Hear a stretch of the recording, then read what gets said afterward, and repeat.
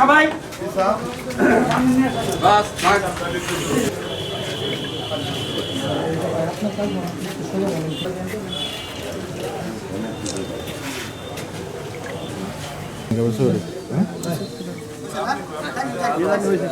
পরে আমাদের গোয়েন্দা পুলিশ, ডিবি পুলিশ ঢাকায় অবস্থিত গুলশান ২ নম্বর রোডের একটি হোটেল থেকে তাদের ৫ জনকেই ধরতে সক্ষম হয়।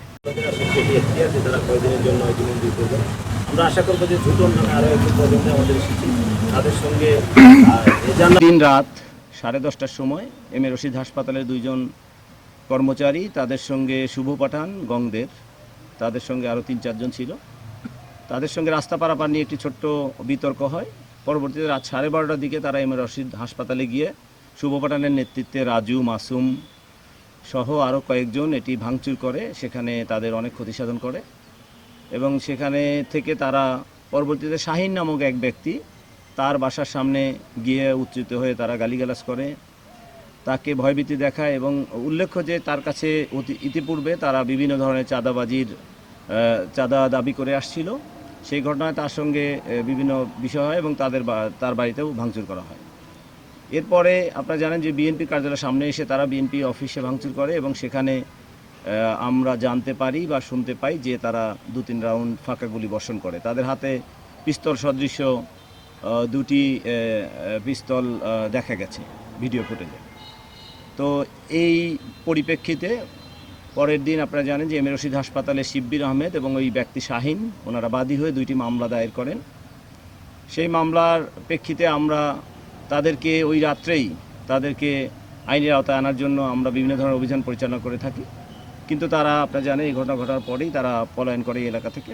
গত রাত্রে আমরা যখন আমাদের তথ্য পাই, বিভিন্ন গোয়েন্দা মারফত আমরা তথ্য পাই, সেটি পাওয়ার পরে আমাদের গোয়েন্দা পুলিশ, ডিবি পুলিশ ঢাকায় অবস্থিত গুলশান 2 নম্বর রোডের একটি হোটেল থেকে তাদের 5 জনকেই ধরতে সক্ষম হয়। এটি মূলত ঘটনা। তো তাদের কাছ থেকে আপনারা জানেন আমরা অস্ত্র উদ্ধারের জন্য তাদের সঙ্গে আমরা কথা বলছি, ইন্টারোগেট করছি।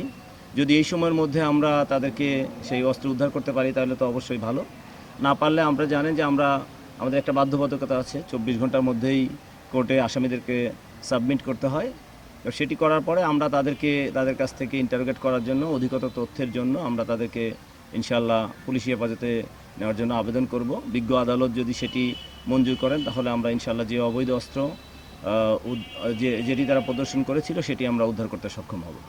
তবে এই সময় আমরা তাদের কাছ থেকে ইন্টারোগেট করে জানতে পেরেছি, তারা আমাদের কাছে বলেছে যে এটি খেলনা পিস্তল, সেটি ট্রিগারে চাপ দিলে এক ধরনের আলো বিচ্ছুরণ ঘটে, যেটি দ্বারা মানুষের একটু ভীতির সঞ্চার হয়।